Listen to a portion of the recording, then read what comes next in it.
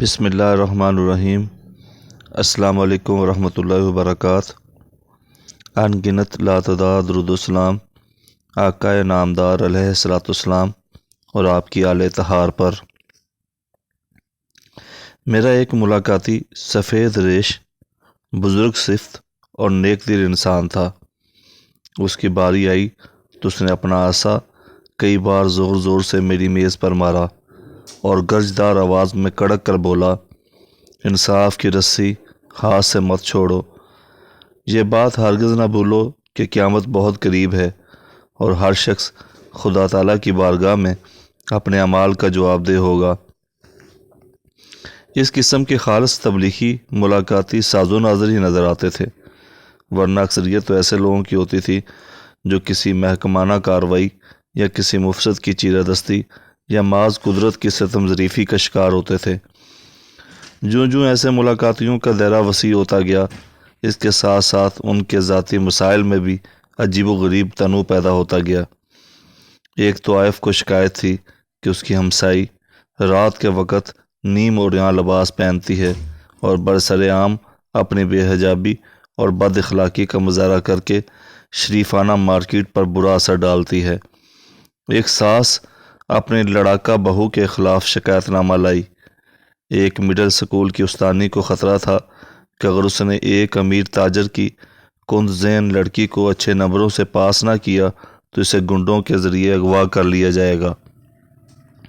ایک روز ایک بے حد مفلوق الحال بڑھیا آئی، رو رو کر بولی کہ میری چند بیگھہ زمین ہے جسے پٹواری نے اپنے کاغذات میں اس کے نام منتقل کرنا ہے، لیکن وہ رشوت کے لیے بغیر یہ کام کرنے سے انکاری ہے۔ رشوت دینے کی توفیق نہیں۔ 3-4 برس سے وہ طرح طرح کے دفتروں کے دھکے کھا رہی ہے، لیکن کہیں شنوائی نہیں ہوئی۔ اس کی دردناک بپتا سن کر میں نے اسے اپنی کار میں بٹھایا اور جنگ شہر سے 60-70 میل دور اس کے گاؤں کے پٹواری کو جا پکڑا۔ ڈپٹی کمشنر کو اپنے گاؤں میں اچانک دیکھ کر بہت سے لوگ جمع ہو گئے۔ پٹواری نے سب کے سامنے قسم کھائی کہ یہ بڑھیا بڑی شر انگیز عورت ہے اور اپنی زمین کے انتقال کے بارے میں جھوٹی شکایتیں کرنے کی عادی ہے۔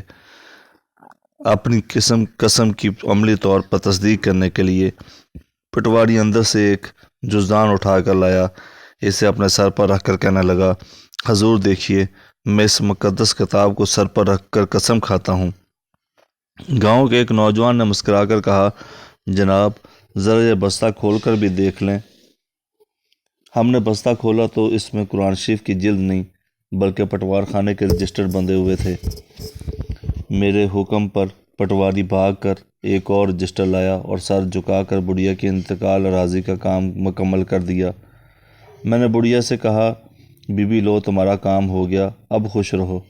بڑھیا کو میری بات کا یقین نہ آیا۔ اپنی تشفی کے لیے اس نے نمبردار سے پوچھا، کیا سچ مچ میرا کام ہو گیا ہے؟ نمبردار نے اس بات کی تصدیق کی تو بڑھیا کی آنکھوں سے بے اختیار خوشی کے آنسو بہنے لگے۔ اس کے دوپٹے کے ایک کونے میں کچھ ریزگاری بندھی ہوئی تھی۔ اس نے اسے کھول کر 16 آنے گن کر اپنی مٹھی میں لیے اور اپنی دانش میں دوسروں کی نظر بچا کر چپکے سے میری جیب میں ڈال دیے۔ اس ادائے معصومانہ اور مجبورانہ اور محبوبانہ پر مجھے بھی بے اختیار رونا آ گیا۔ یہ دیکھ کر گاؤں کے کئی دوسرے بوڑھے بھی آبدیدہ ہو گئے۔ یہ 16 آنے واحد رشوت ہے جو میں نے اپنی ساری ملازمت کے دوران قبول کی۔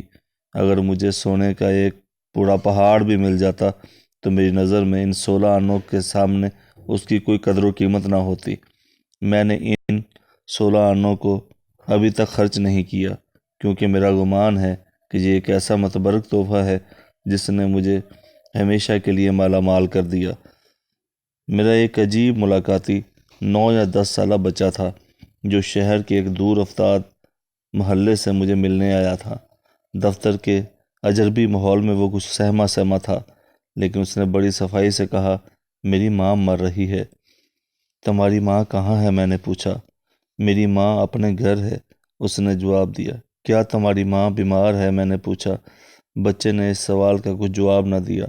وہ دیر تک اپنے سامنے کسی خلا میں ٹکٹکی باندھ کر گھورتا رہا اور پھر غصے سے مٹھیاں بھینچ کر بولا، اگر میری ماں مر گئی تو میں سارے شہر کو آگ لگا دوں گا۔ میں نے بچے کو پکڑ کر اپنے پاس بٹھا لیا۔ جب کام ختم ہوا تو میں نے اسے کہا وہ مجھے اپنے گھر لے چلے۔ ایک تنگ و تاریک گلی میں ایک تنگ و تاریک کوٹھری تھی۔ کوٹھری میں بان کی ایک چارپائی تھی۔ چارپائی پر کچھ ردی کے کاغذ اور چند پھٹے ہوئے کپڑے بچھے ہوئے تھے۔ ان کے بیچ اور ان کی سیج پر ایک ادیر عمر عورت بے ہوش پڑی تھی۔ اسے ڈبل نمونیا تھا۔ اس کا کرتا بھی جگہ جگہ سے پھٹا ہوا تھا۔ کوٹھری میں 2-3 خالی برتن تھے اور در و دیوار پر موت کا سایہ تھا۔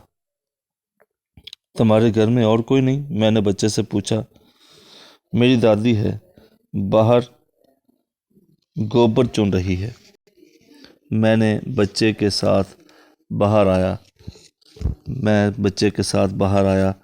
گلی میں ایک گونگی بہری عورت تازہ گوبر اٹھا کے ٹوکری میں جمع کر رہی تھی۔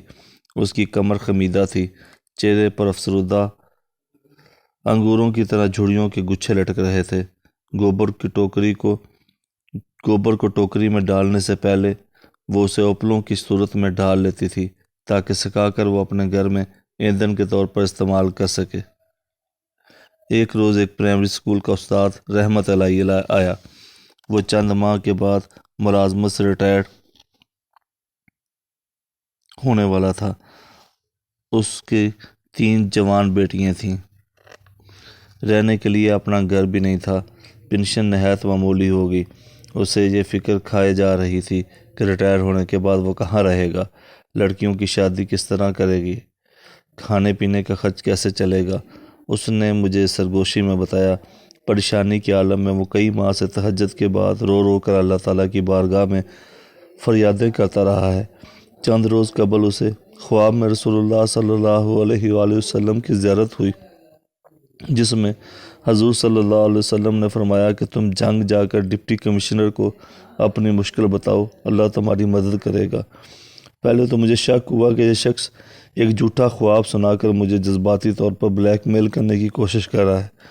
میرے چہرے پر شک اور تذبذب کے اثار دیکھ کر رحمت علیہ آبدیدہ ہو گیا اور بولا، جناب میں جھوٹ نہیں بول رہا، اگر جھوٹ بولتا تو اللہ کے نام پر بولتا، حضور رسول اللہ پاک صلی اللہ علیہ وآلہ وسلم کے نام پر کیسے جھوٹ بول سکتا ہوں۔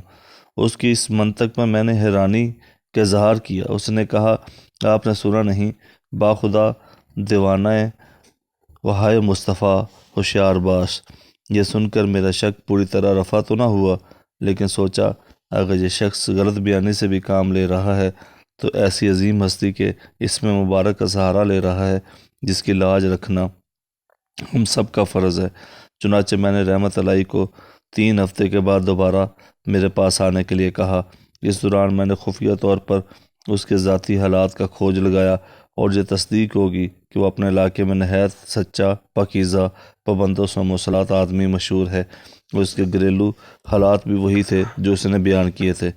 اس زمانے میں کچھ عرصہ کے لیے صوبائی حکومت نے ڈپٹی کمشنروں کو یہ اختیار دے رکھا تھا کہ سرکاری بنجر زمین کے 8 مربع تک ایسے خواہش مندوں کو طویل میعاد پر دیے جا سکتے ہیں جو انہیں آباد کرنے کے لیے آمادہ ہوں۔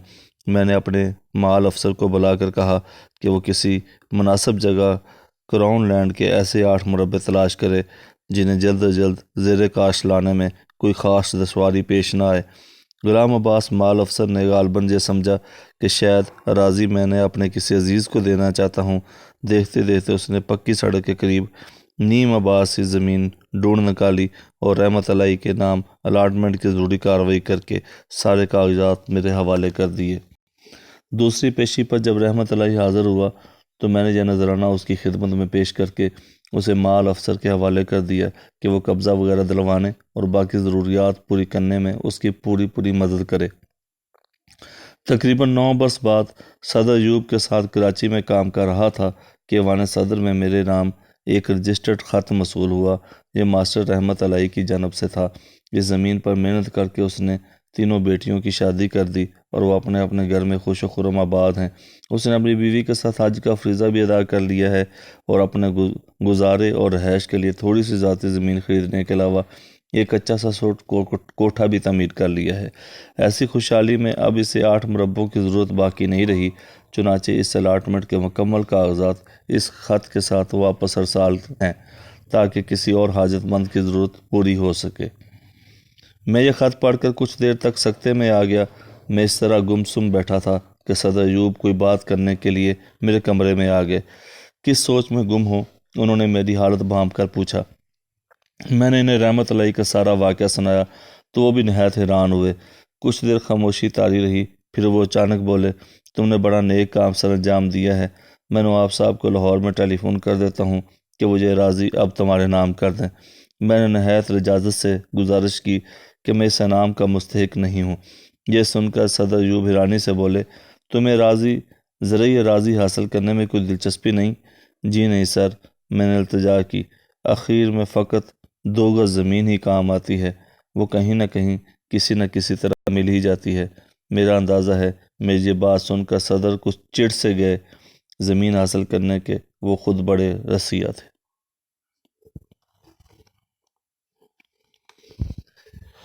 ایک روز میری ایک ملاقاتن بشیرہ طوائف تھی۔ وہ بڑے ٹھسے سے دفتر میں داخل ہو کر کرسی پر بیٹھ جاتی ہے۔ اس کے رنگین لباس سے حنا کے عطر کی باسی باسی خوشبو آ رہی ہے۔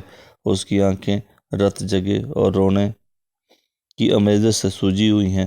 میں اس کی تراس خراس کا سرسری سا جائزہ لے کر اپنی آنکھیں نیچی کر لیتا ہوں اور میز پر پڑے ہوئے مستطیل شیشے کی جانب ٹک ٹکی لگا کر بیٹھ جاتا ہوں۔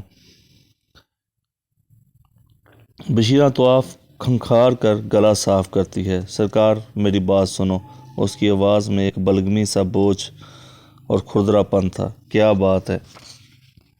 میری بات سنو سرکار، وہ دوبارہ تھکن آلود آواز سے کہتی ہے۔ سن تو رہا ہوں، کیا بات ہے؟ لیکن بشیرہ مطمئن نہیں ہوتی۔ غالباً اس کا مدعا یہ ہے کہ میں اس کی آنکھوں میں آنکھیں ڈال کر اس سے بات کروں، لیکن بددستور میز پر پڑے ہوئے مستطیل شیشے کی طرف ٹک ٹکی باندھے بیٹھا رہتا ہوں۔